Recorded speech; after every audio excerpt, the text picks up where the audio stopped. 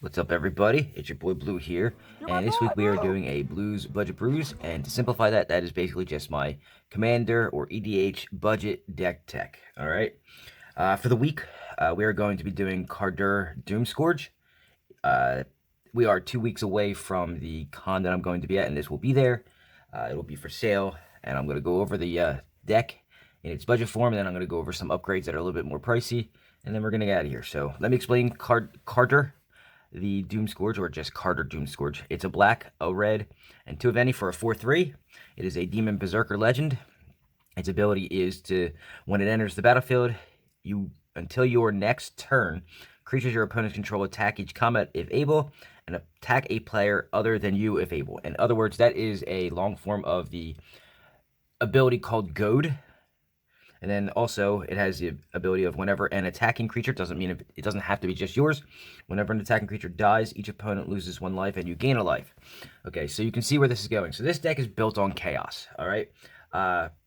Specifically, it's most players usually sit back and build in a lot of Commander games. They don't just attack, because politically they just don't want to. This deck doesn't allow this, so that's what we're looking at, and that's the kind of deck we're going to have. It's the anti-political deck. All right, so let me show you what's in the deck, and then we'll go from there. Well, I start off with lands, as always. So zoom out or in a little bit, whatever it is, so I can show you everything. So we start with the lands. This is going to be a basic setup of Rakdos colors, or black-red. So we got the Temple of Mouse, which is the Rakdos-colored temple. Cinder Barrens, Bloodfell Caves, and Akum Refuge, Rakdos Guildgate, Rakdos Carnarium. Something new that I've decided to start adding into my decks. I've learned that things like this, the Shimmering Grotto, actually work great in Commander, especially on a budget when you're trying to get multiple colors out of it, because it doesn't monetarily cost anything. It comes into play untapped. It adds a colorless, and then if you need the actual colored mana, you can actually provide, and it can be any color. So I've got that and Unknown Shores in here just for that reason, and that's a new theme I'm going to have with all of my decks going forward, because I didn't realize how good that can actually be. Field of Ruin, because I've mentioned it many times before, I always put some form of land destruction for non-basic lands in each deck. And then we're going to fill it out with the rest swamps and mountains. And of course, in the upgrade section, I'll show you what you can do to make it a little bit, more friendly. So that's the lands. We're going to go over creatures, and these are going to be a little different because we're doing chaotic, do a lot of things. So I'm going to start with an Acrone Horse. So it's a 4-cast artifact creature. It's an 0/4 with Defender. So it's good for blocking and stuff like that. The benefit here is that when an Acrone Horse enters the battlefield, an opponent gains control of it. So you're not going to have it at all. It's a blocker for somebody else, but that's not the point of this. At the beginning of your upkeep, so apparently this will be, or obviously this will be your opponent's upkeep. Each opponent of theirs puts a 1/1 white soldier creature token in play. So you create everybody else, but the owner, or I'm sorry, but the controller creates a 1/1 token. And the whole point of this deck is to make it so that your opponent gets as many creatures as they have that's possible, so that they have sacrificial lambs that have to attack. Okay. For our own creatures, we're gonna have stuff like Tenacious Dead that it can die and then come back, because you want to keep repeating the attacking and dying while attacking. So again, more things that return. Sanitarium Skeleton or Reassembling Skeleton. Great for that. Adorable Coil Bug is another one of those that does that. There's a new one that just came out recently. I didn't get any yet. Typhoid Rats. Okay, another part of this is we're going to do stuff with Death Touch so that you can have defenders that sit back and no matter what, they can kill something in combat. So a Ruthless Ripper. Putrid Goblin, because if it dies in combat while attacking, it also can come back. It's another little cheeky thing to do. Baleful Eidolon. So again, Death Touch. Hand of Silumgar. Slaughter Specialist. Slaughter Specialist, when it enters the battlefield, each opponent creates another 1/1 white human creature token. So it's just more things that your opponent has to do by creating. Normally that's a downfall, but now they don't want creatures on their side. So the reason why that is because there's a lot of decks out there that don't put creatures in play. They're creatureless decks. They're all spell slingers. And if they don't have creatures, you can't deal damage to them. So forcing them to create creature tokens that you then later force to attack starts to add up in attacks from Kardur being out, and then dying and then losing a life and you gaining a life. Marauding Blight Priests, because, well, you're going to be gaining life from the commander's ability. So whenever you gain a life, each opponent loses a life, so you can see where that's going. Forcing attacks. That's one of the things that I wanted for creatures in this deck to do. Those of you who are not so new to the game, that used to be a more prominent thing in black. Nettling Imp forces a creature to attack. So I'll let it sit here for a second so you can read exactly how it reads, but unfortunately, the wording has been changed a little bit. Basically, what it means is that you force a specific creature an opponent controls that's not a wall to attack, and if they can't attack, it dies. So, Ruthless Knave.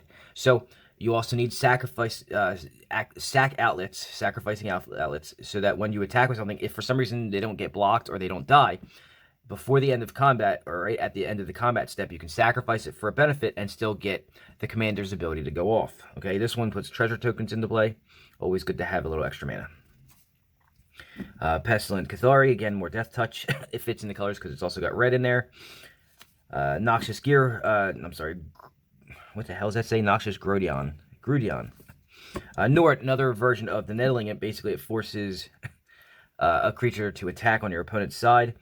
Don't worry about this untapped target blue creature thing unless your opponent's playing blue and you want them to be able to attack with something. That's the only reason why that would come into play. The good thing is it doesn't add to a color identity because it says the word blue. It doesn't have the blue mana symbol. All of the Forsaken is in here. When it enters the battlefield, you can destroy a creature or a planeswalker an opponent controls that was dealt damage this turn. This has flash. So basically, if a big creature on your opponent's side attacks, you can block it, chump block it, and if it doesn't die, it has taken damage, so you can cast this to kill it, and you'll get your commander's ability to go off. More Death Touch with Vampire Champion. Death Gaze Cockatrice, more Death Touch, but this one's flying, so in case you have an opponent who likes to play flying creatures. Epicure Blood, again, you're going to be gaining life off the commander's ability, so you can make each opponent lose a life that way. Keepsake Gorgon, this one's good. So Death Touch, always Death Touch with something like this, just because it helps keep you defensively higher on the board with having a wall up so they don't hit you. However, this one's a little different because it has a monstrosity ability that can be activated at an instant, and when you activate the instant, you can kill a non-Gorgon creature, and that can be before combat ends. So an attack creature can die, setting off your commander's ability.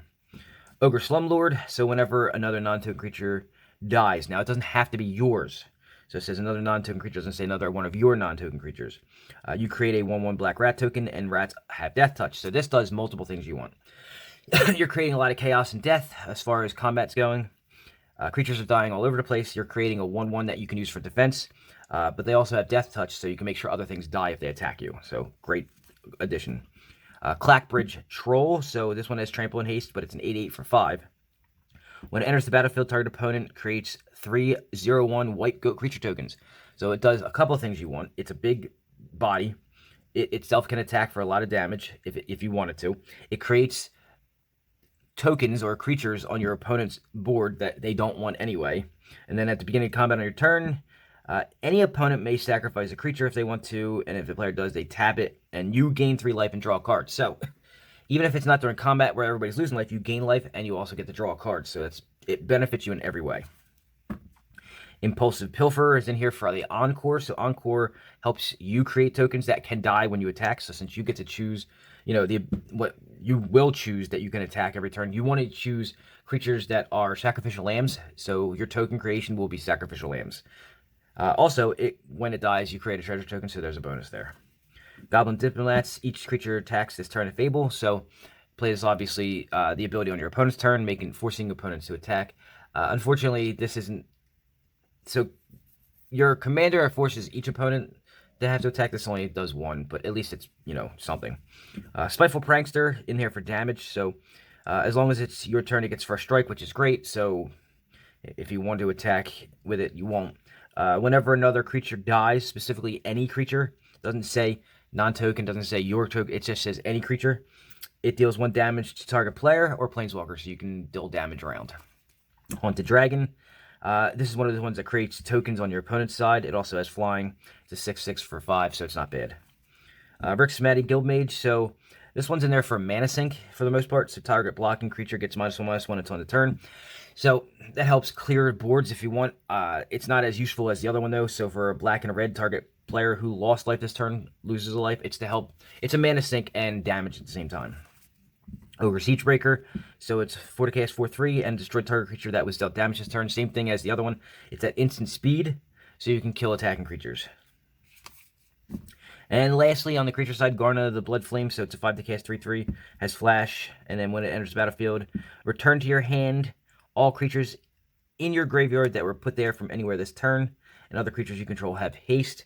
So basically, non-token creatures that die, because obviously you want to keep attacking to get the commander's ability to go off, you can get it back with this one. So that's the creature side of this. We're going to move on to some spells, and we're going to start off with defensively. We're going to do creature removal.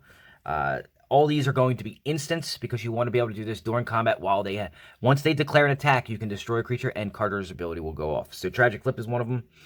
It gives a creature -1/-1, so of course it kills one of those tokens you're creating, or if a creature had already died this turn for some reason, you can make it get -13. -13, it pretty much kills almost anything in the game. Defile, another removal. I'm going to just go through the removal real quick. You can, if you want to read them, you can pause it and go from there. We've got Fungal Infection, Vicious Offering, Doomblade, Grasp of Darkness. I'm going to stop for a second and explain. I've also recently noticed on top of the other thing I realized with Commander and the lands that I told you, effects that give creatures a negative defense, they're cheaper to cast than some removal out there. Not on this case because Doomblade is one of the better ones, but Doomblade is 2 to cast, but so is Grasp of Darkness. And this can kill anything with up to 4 defense. So I've learned that that's a new thing that I can start using. Cower in Fear, Reckless Spite, Murder, just murder. Grisly Spectacle, and again, each one of these is a instant. Bacon to a Pie, Flesh to Dust, and Executioner's Capsule, while not an instant, it's an artifact that sits on the board and can be used. Its ability can be used as an instant. All right. Some damaged ones. So these aren't just out and out killing them, but this is possibly going to kill things because of damage that exceeds their toughness. Inflame. This deals 2 damage to each creature that was already dealt damage. So in combat, once the damage is dealt in combat, you can cast this. It's still in combat, so it can kill things and your commander's ability can go off.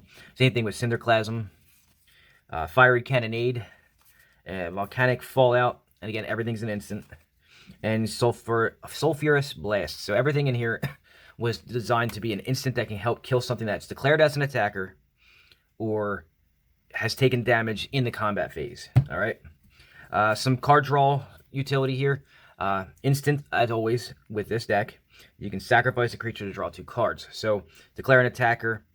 If it gets through, you let it get through and deal the damage. And then before the combat step is over, you can cast Village Rites to sacrifice the creature so it dealt damage and you got to draw cards. Same thing with Altar's Reap. Plumb the Forbidden. As you can see a theme here. And Blood Price. So this one doesn't sacrifice a creature, but it helps you draw cards. So those are the card draw cards that are in here. There are a couple other options you can go with that I'll explain in the upgrade section.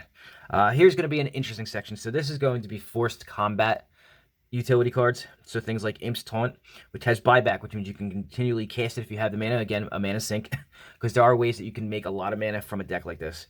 Target creature must attack this turn if able. Okay. Same thing with Infectious Bloodlust. You can put this on somebody's commander to make them have to attack each turn. It basically goads. Curse of Nightly Hunt. So this one's a little different.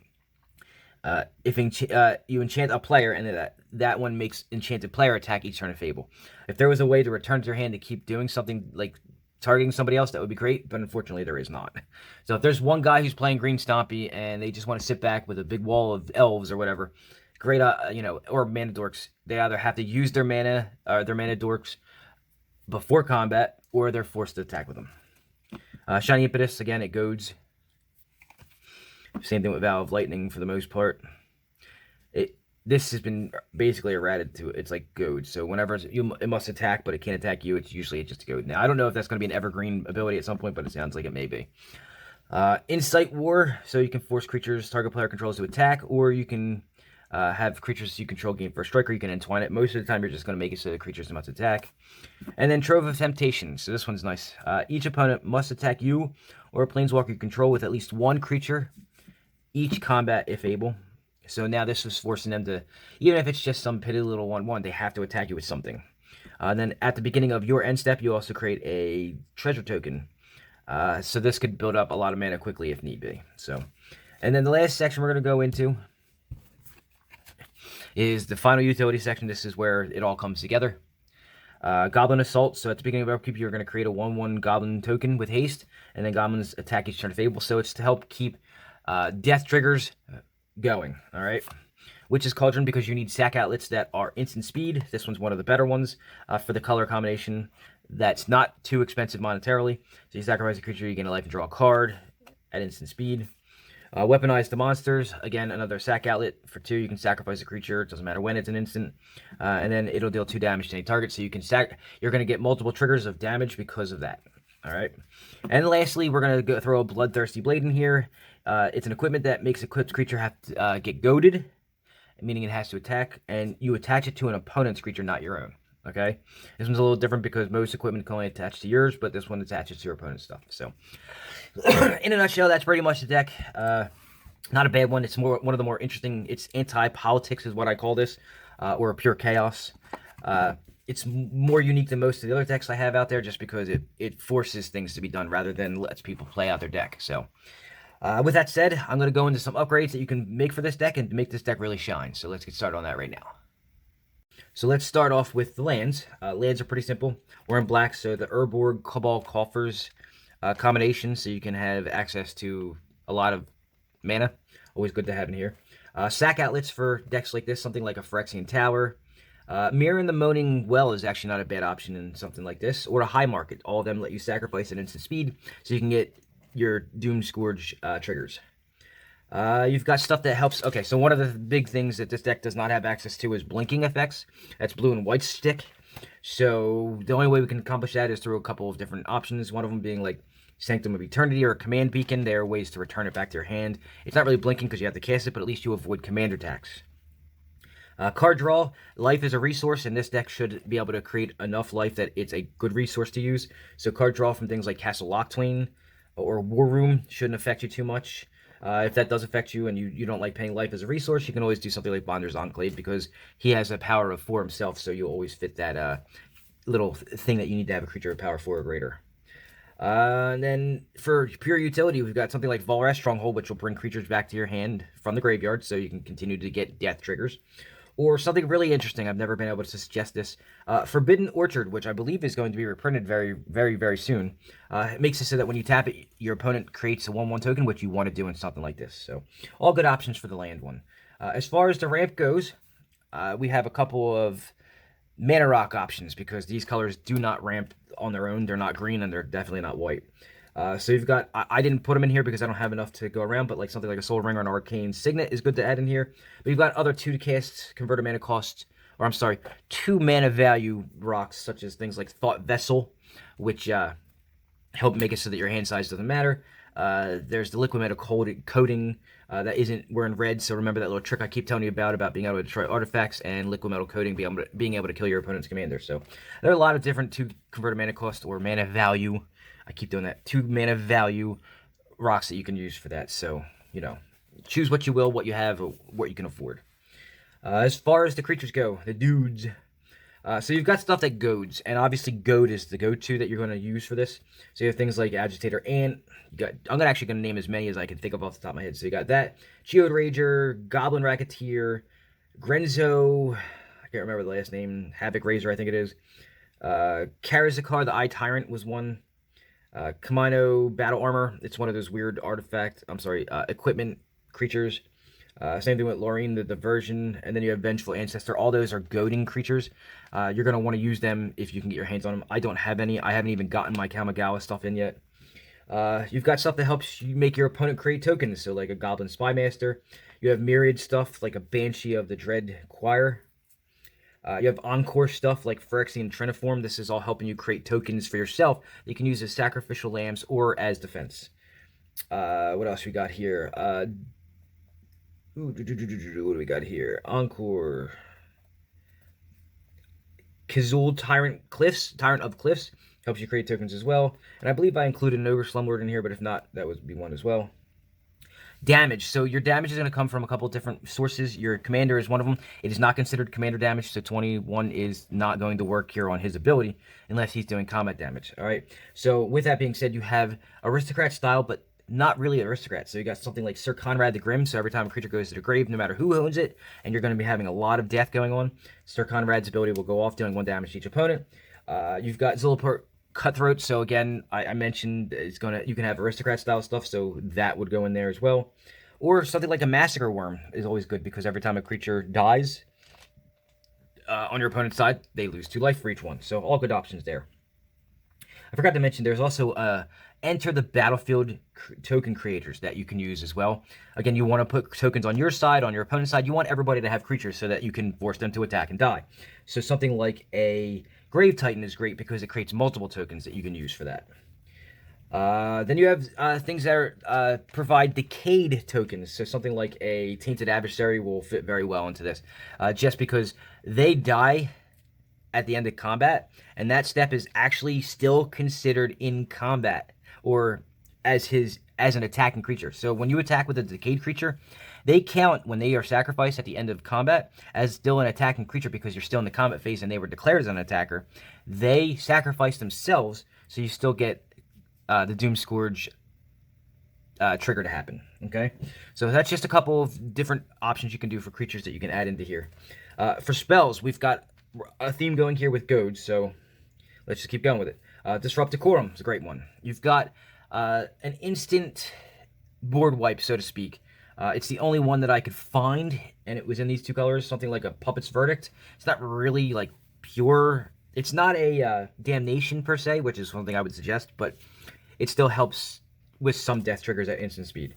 You can use Blasphemous Act if you need to for board wipes. It doesn't fit as well into this theme, but it's definitely good for defense if you're losing that battle. You can do instant removal stuff like I had in here, Murder, so you can add in things like Bedevil. That's a rare, unfortunately, and it's expensive monetarily in comparison to a $40 deck. And then Vandal Blast, which is, I mentioned, Liquid Metal Coating the Mana Rock earlier. Vandal Blast will help so you can make something an artifact, and then Vandal Blast will remove it or kill it. You have card draw in the form of something like Knight's Whisper. You're in red, so you can also do something like the looting effects, like Faithless Looting.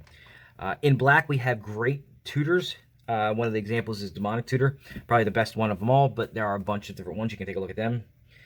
You have the ability to make tokens. So Tempt with Vengeance makes it so that you make tokens and your opponent can choose to make tokens. Now, most of the time, they probably won't because they see what you're doing.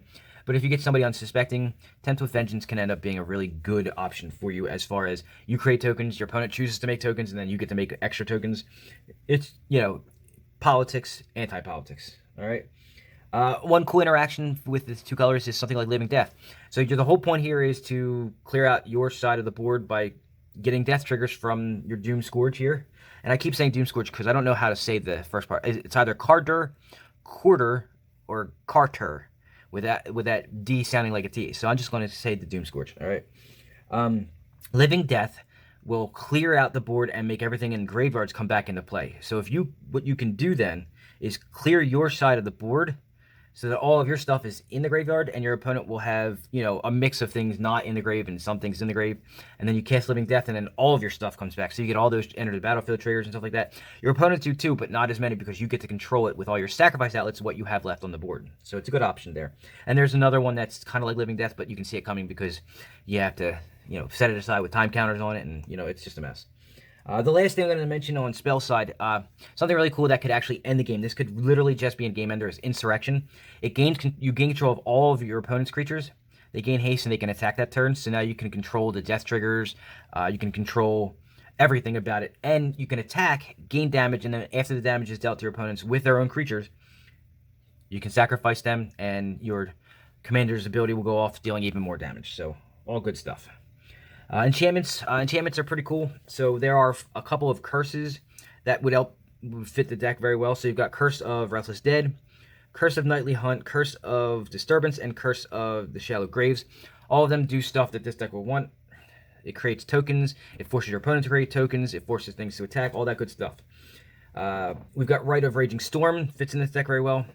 Something like a Revenge of Ravens is really cool for a deck like this because it deters your opponent from wanting to attack you in the first place by dealing either damage to the creature or making them lose life for attacking you. Because, okay, so there's Revenge of Ravens, but then there's 1 or 2 more kind of like it that do similar effects that when they attack you, they have something happen to them.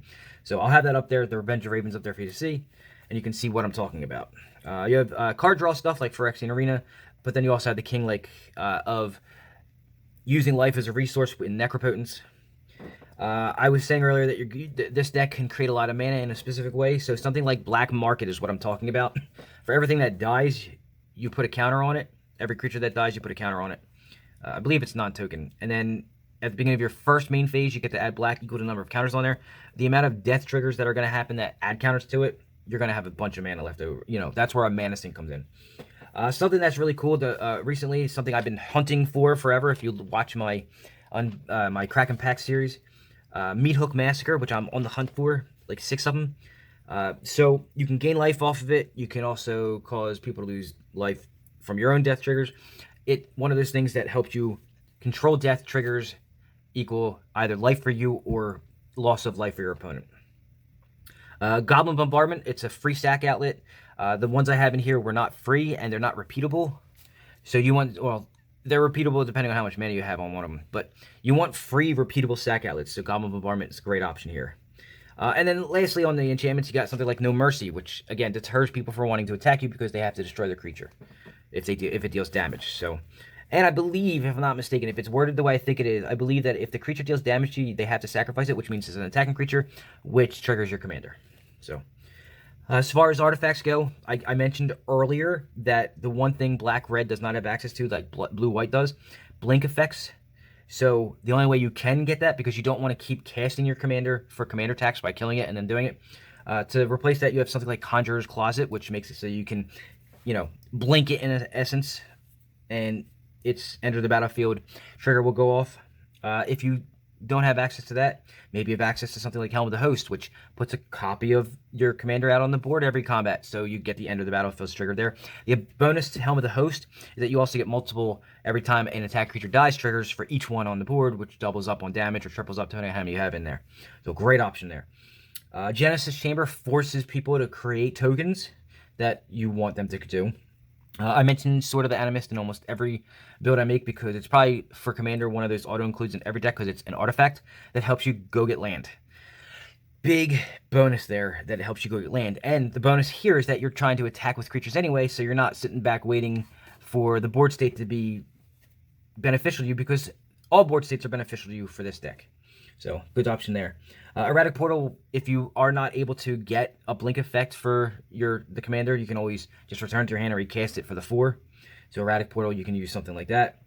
Bolus the Citadel, again, life is a resource. This deck will allow you to gain a lot of life to be able to cast things without having to use mana, so that makes things more, you know, user-friendly for yourself if you want to do that.